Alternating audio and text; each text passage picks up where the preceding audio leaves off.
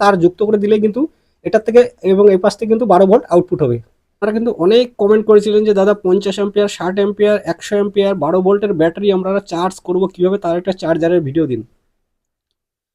তো দেখুন এই টাইপের 50 অ্যাম্পিয়ার, 70 অ্যাম্পিয়ার, 100 অ্যাম্পিয়ার বা 45 অ্যাম্পিয়ার এই টাইপের 12 ভোল্টের যে ব্যাটারিগুলো হয়ে থাকে, সেই ব্যাটারি চার্জ করার জন্য আপনার যেটা সবার প্রথম দরকার এরকম এই টাইপের একটা ইউপিএস ট্রান্সফরমার। এবার এই টাইপের ইউপিএস ট্রান্সফরমার হলেই কিন্তু হবে না, আপনার এখানে কিছু মডিফাইড বা কিছু অদল বদল করতে হবে। এবং সেটা কি করে করতে হবে অবশ্যই ভিডিওটি স্কিপ না করে আপনারা দেখতে থাকুন। এই যে এপাশে কোন তার দুটো এসি লাইন ইনপুট করবেন এবং কোন পাশ থেকে 6 ভোল্ট বেরোবে বা 12 ভোল্টে কীভাবে রূপান্তরিত করতে হবে বা 12 ভোল্টে কীভাবে কনভার্ট করতে হবে, তা ভিডিওটি স্কিপ না করে আপনারা দেখতে থাকুন।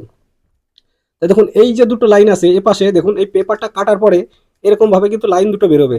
দেখুন এপাশে দুটো তারের যুক্ত, এপাশে দুটো তারের যুক্ত, অর্থাৎ এপাশে ইউপিএসসি যখন থাকে তখন কিন্তু এপাশ থেকে আমাদের ব্যাটারি চার্জ হওয়ার জন্য, এবং এপাশে দেখুন আমাদের এসি ইনপুট বা 220 ভোল্ট ইনপুটের জন্য এপাশে এই 4টে তার, এবং প্রত্যেকটা যে ইউপিএস ট্রান্সফর্মার থাকে এই একই রঙের তার থেকে থাকে, একই রঙের তার থেকে থাকে।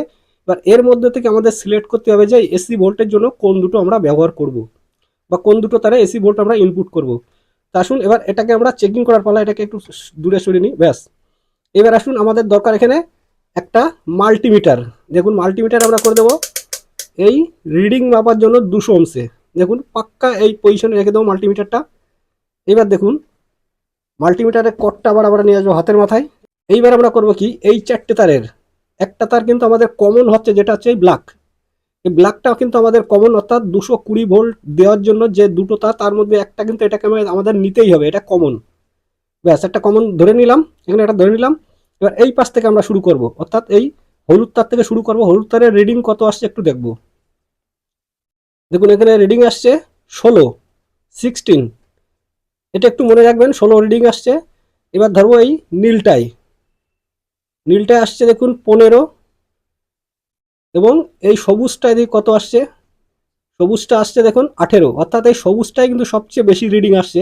আবার একটু দেখাই, এটা হচ্ছে আমাদের হলুদ 16, নীলটা 15 এবং এই গ্রিনটা আসছে 18।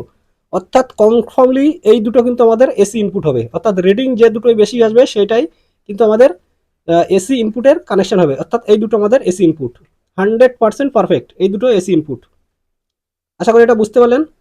এই দুটো এসি ইনপুট এখানে করবো কি, আমরা একটা 2 পিন টপ এখানে লাগিয়ে নেব। ভিডিওটি স্কিপ না করে দেখতে থাকুন। এরপরে আউটপুট কিভাবে কত ভোল্ট আসছে এবং 12 ভোল্ট কি করে করতে হবে প্রত্যেকটা স্টেপ বাই স্টেপ আপনাদের দেখাবো।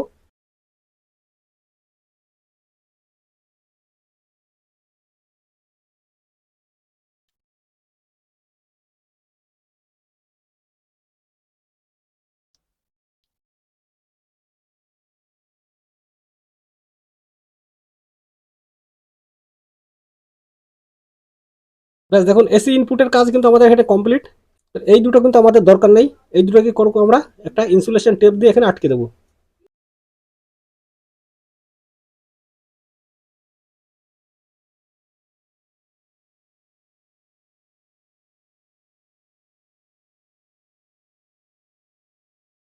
ব্যাস আশা করি এবার বুঝতে পারলেন যে এই দুটো 100% কিন্তু আমাদের এই কালো এবং গ্রিনটা আমাদের এসি ইনপুট। তবে তারটা যেভাবে আমরা মাল্টিমিটারে দেখালাম আপনারা দয়া করে এইভাবে মাল্টিমিটার চেক করে নেবেন।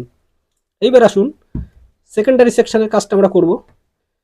এবার দেখুন এই ট্রান্সফরমার কিন্তু যে সিস্টেম করা থাকে, এখানে যখন এসি ইনপুট আমরা করব তখন এখান থেকে বা এই পাশ থেকে আমাদের আউটপুট হবে 6 ভোল্ট, এবং এই 6 ভোল্টকে আমাদের একটু মডিফাই করতে হবে বা কিছুটা পরিবর্তন করলেই কিন্তু এখান থেকে আমরা 12 ভোল্ট পেয়ে যাব।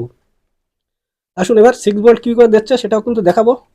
নিয়ে আসলে আমরা এসি বোর্ড দিয়ে দেবো লাইন। এবার আমরা মাল্টিমিটার দিয়ে দেবো ডাইরেক্ট 200 ভোল্ট এসিতে। এবার আউটপুট ভোল্টটা কত দিচ্ছে সেটাও দেখাবো। দিয়ে দিলাম সুইচ। এবার এখানে ধরবো আমরা এপাশে একটা এপাশে একটা, দেখুন পাক্কা 6 ভোল্ট দিচ্ছে। আশা করি বুঝতে পারছেন পারফেক্ট 6 ভোল্ট দিচ্ছে, কারণ 6 ভোল্টই এখান থেকে আসবে। এবার এটাকে আমাদের কিছুটা মডিফাইড করতে হবে বা কিছুটা অদল বদল করলেই কিন্তু এটা 12 ভোল্ট আউটপুট হবে। এবার আসুন আমরা করব কি, এই মেন লাইনটা আমরা আবার ডিসকানেক্ট করে নেব। ডিসকানেক্ট করে নেওয়ার পরে এখানে যে সোল্ডারিংটা করা আছে দেখুন, প্রত্যেক এটাই সোল্ডারিং করা থাকে, এটাও সোল্ডারিং করা থাকে, এই দুটোকে আমরা খুলে ফেলাবো।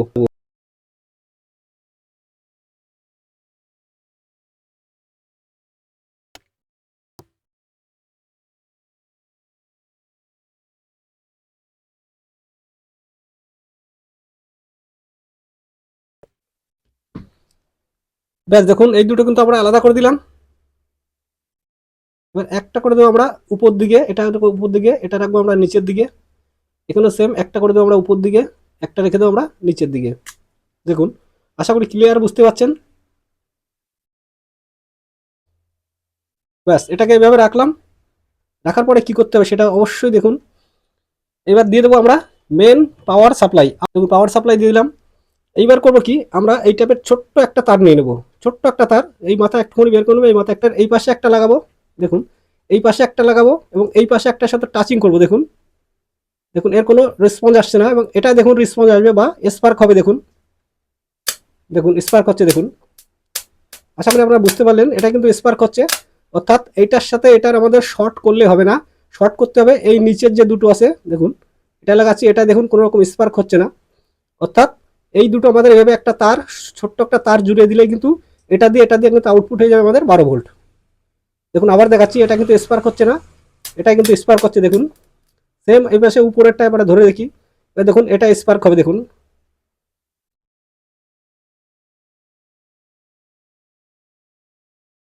দেখুন স্পার্ক হচ্ছে। দেখুন অর্থাৎ এই দুটো আমাদের কানেকশন করলে হবে না, কানেকশন আমাদের করতে হবে এই দুটো নিচের যে দুটো আছে, এই দুটো আমাদের একটা তার যুক্ত করে দিলে কিন্তু এটার থেকে এবং এই পাশ থেকে কিন্তু 12 ভোল্ট আউটপুট হবে। দেখুন স্পার্ক হচ্ছে না, অর্থাৎ নিচের দুটো আমাদের একটা তার যুক্ত করে দিতে হবে, এরকম তার। আসুন এটাকে আমরা করে নিই আবার ডিসকানেক্ট। এবার করবো কি, এই টাইপের একটা ছোট্ট তার নিয়ে নেবো। দেখুন এটা কিন্তু আলাদা তার, এই তার দুটো আমাদের এটার সঙ্গে কানেক্ট করব। কানেক্ট করলে কিন্তু এটার থেকে আউটপুট 12 ভোল্ট আমরা পেয়ে যাব। সুন্দর করে এইভাবে একটা তার আমরা মুড়ে দেবো।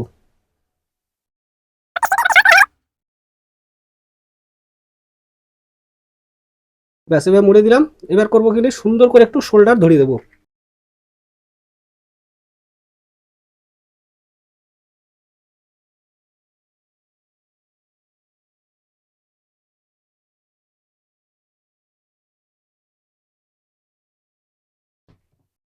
দেখুন কত সুন্দরভাবে একটা শোল্ডার করে দিলাম, অর্থাৎ এই দুটো আমরা সিরিজ করে দিলাম।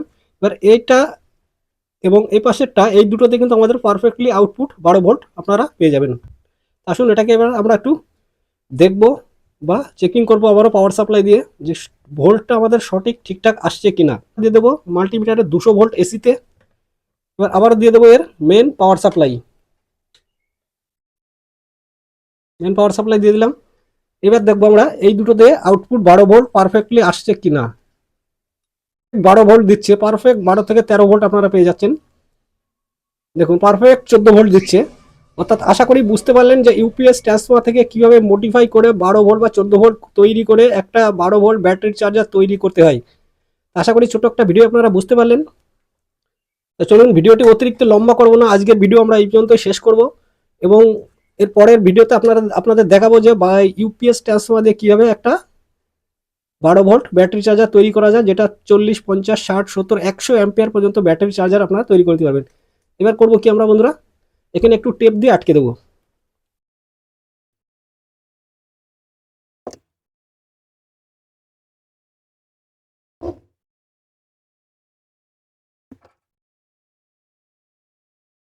আপনারা বুঝতে পারলেন যে ইউপিএস ট্রান্সফর্মার কীভাবে একটা 12 ভোল্ট ব্যাটারি চার্জার তৈরি করা যায়, বা ইউপিএস ট্রান্সফর্মারগুলো মডিফাইড করে 6 ভোল্ট থেকে কীভাবে 12 ভোল্ট আনা যায়, এবং এসি লাইনের যে লাইনটা সেটা কীভাবে করা যায়। তো দ্বিতীয় পার্টে আমরা দেখাবো যে এইটা দিয়ে কীভাবে 12 ভোল্ট একটা ব্যাটারি চার্জার তৈরি করা যায়। আজকের ভিডিওটা এই পর্যন্তই। ভিডিওটি ভালো লাগলে অবশ্যই একটি কমেন্ট করতে ভুলবেন না।